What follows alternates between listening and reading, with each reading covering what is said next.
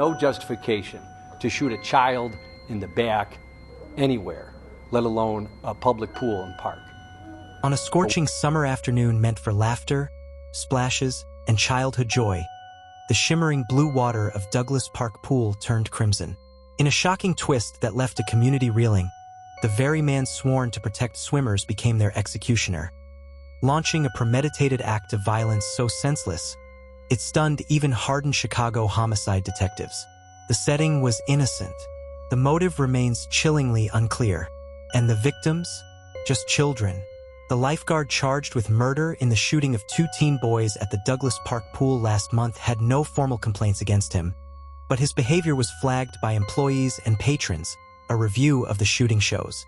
Charles Leto, 55, was fixing his bike chain at the pool June 26th when 15-year-old Marjay Dotson and 14-year-old Jeremy Harried approached him, and Leto allegedly shot them both, killing Marjay and critically wounding Jeremy, according to police reports and witnesses. In the aftermath of the shooting, Leto's violent history was widely reported in the media, including shooting 2 dogs, one fatally, in Lakeview in 2023. But that didn't show up on a background check because there weren't criminal charges, according to a review of the shooting released by the Chicago Park District Tuesday.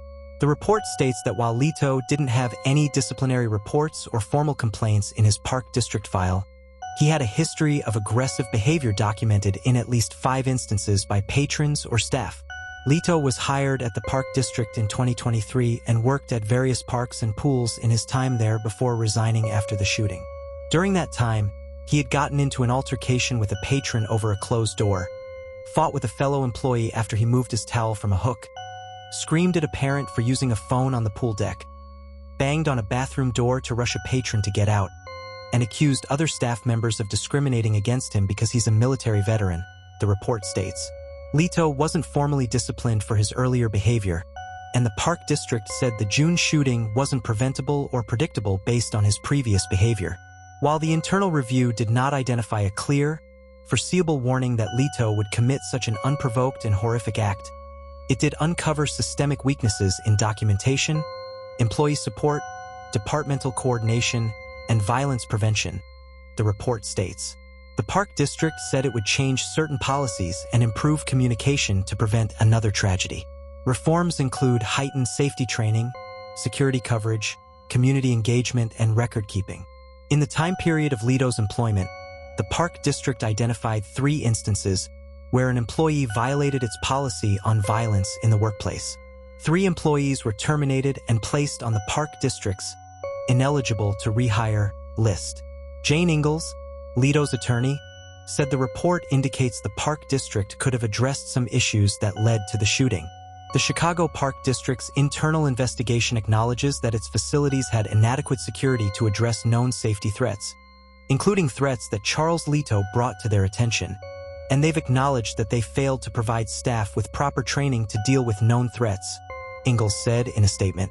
The Chicago Park District put their employees and patrons in an untenable position, which resulted in a terrible tragedy for everyone involved.